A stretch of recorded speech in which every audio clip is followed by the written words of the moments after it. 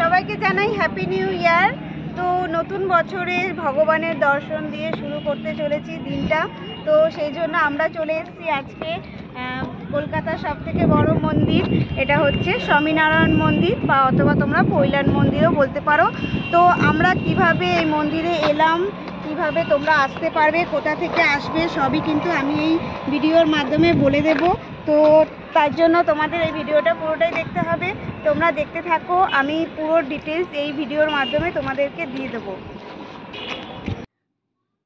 আজ আমরা এসেছি জোকার কাছে অবস্থিত স্বামীনারায়ণ মন্দির, যা পৈলান মন্দির নামেও পরিচিত।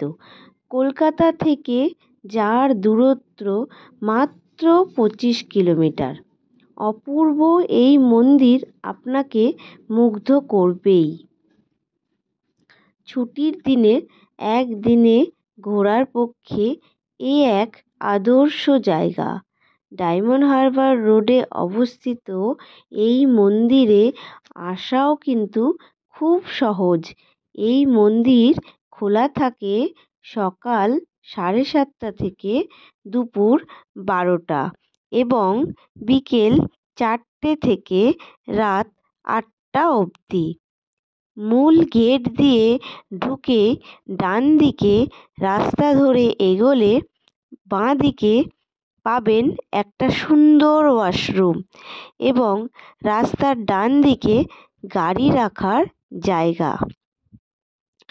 যারা পাবলিক ট্রান্সপোর্টে আসবেন তারা ধর্মতলা থেকে ডায়মন্ড হারবার বা নামখানাগামী যে কোনো বাসে আসতে পারেন।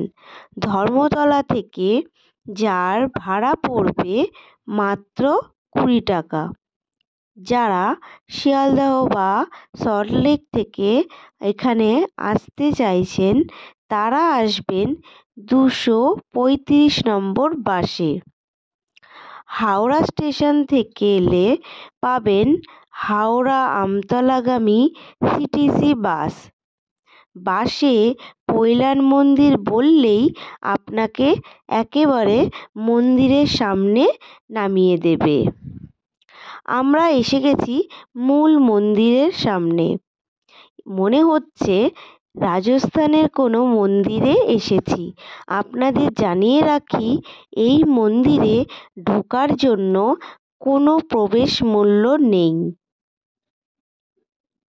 এই মন্দিরটি সবার জন্য খুলে দেওয়া হয় 2014 সালে।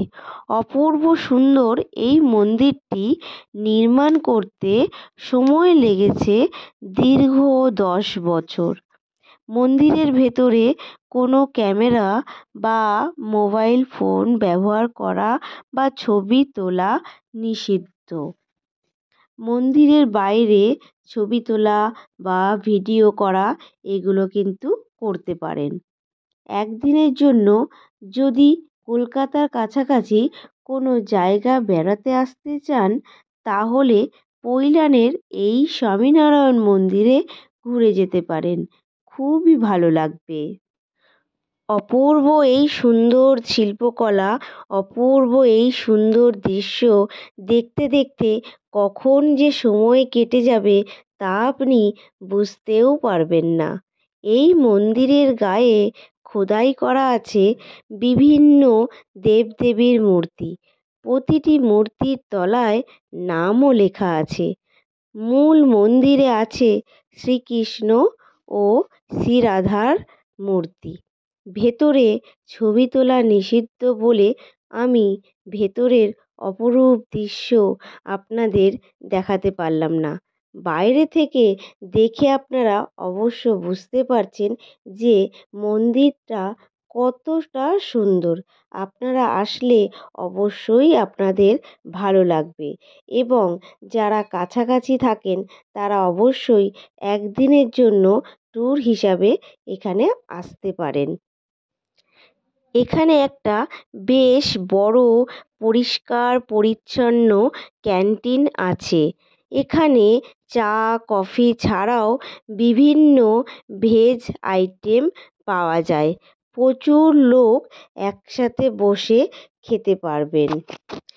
আপনারা যদি মনে করেন খুব সকালে বেরিয়ে একদিনের মধ্যেই এই মন্দিরটি ঘুরে বাড়ি চলে আসবেন, তাহলে কিন্তু এইটি আপনাদের জন্য একটা পারফেক্ট জায়গা।